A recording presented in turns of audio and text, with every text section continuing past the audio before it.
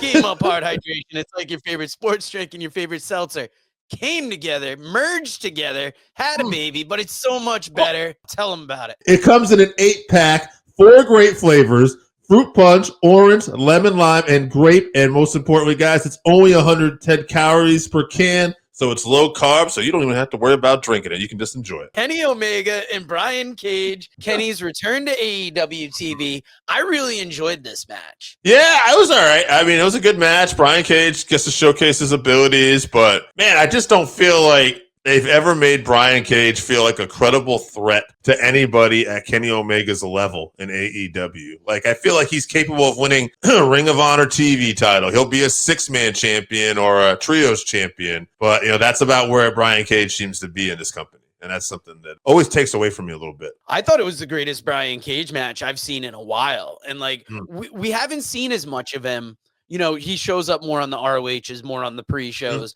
I thought he looked like $1 million in the ring with Kenny. Kenny was featured great. A lot of other things went on this show. Ospreay came down to save Omega in the post-match beatdown. It almost looks like you've got the Callis family versus Omega and Ospreay, which is interesting. First time MVP wrestled in 2.5 years. Yeah. Will Hobbs had his title shot, and obviously he came close with Moxley. They pulmonized his leg afterwards. Moxley and the other Death Riders.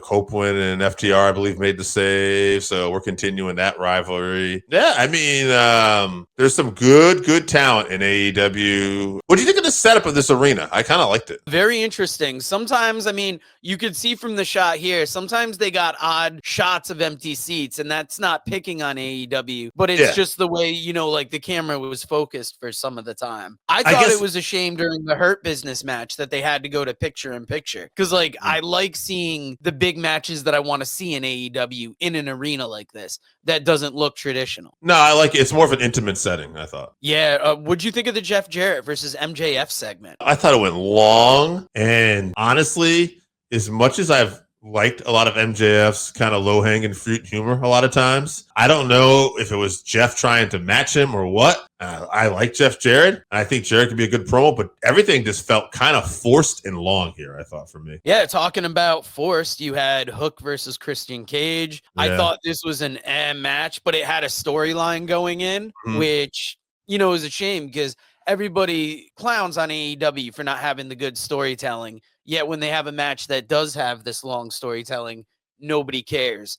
You had the big return of Samoa Joe, which I thought was major. Nice. And it has me excited for AEW in a way again, because you're bringing this guy back who's great in the ring. It is interesting, the timing of all this, too. Omega just came back. Samoa Joe just came back. And we are gearing up for a couple big AEW pay-per-views this year. Grand Slam's going to be in Australia. They added that now to the pay-per-view lineup. And obviously, All In is in Arlington Stadium in Texas, which is going to be their biggest show. Yeah, and the biggest thing that happened on this show, I saved the best for last.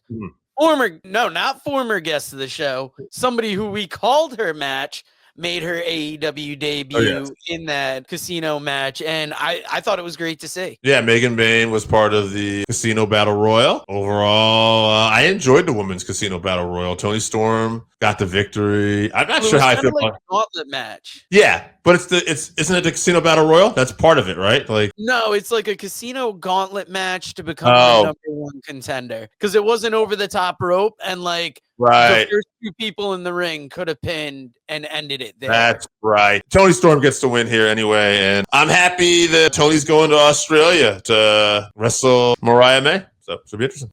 If you haven't tried Game Up, then you are missing out. Imagine your favorite seltzer and your favorite sports drink had a baby, but it's way better than that. Each can is 110 calories, low carb, 4.9 ABV. It's a nice light drink that is not light on flavor. Game Up comes in fruit punch, orange, lemon, lime, and grape. Pick it up at drinkgameup.com or at your nearest liquor store.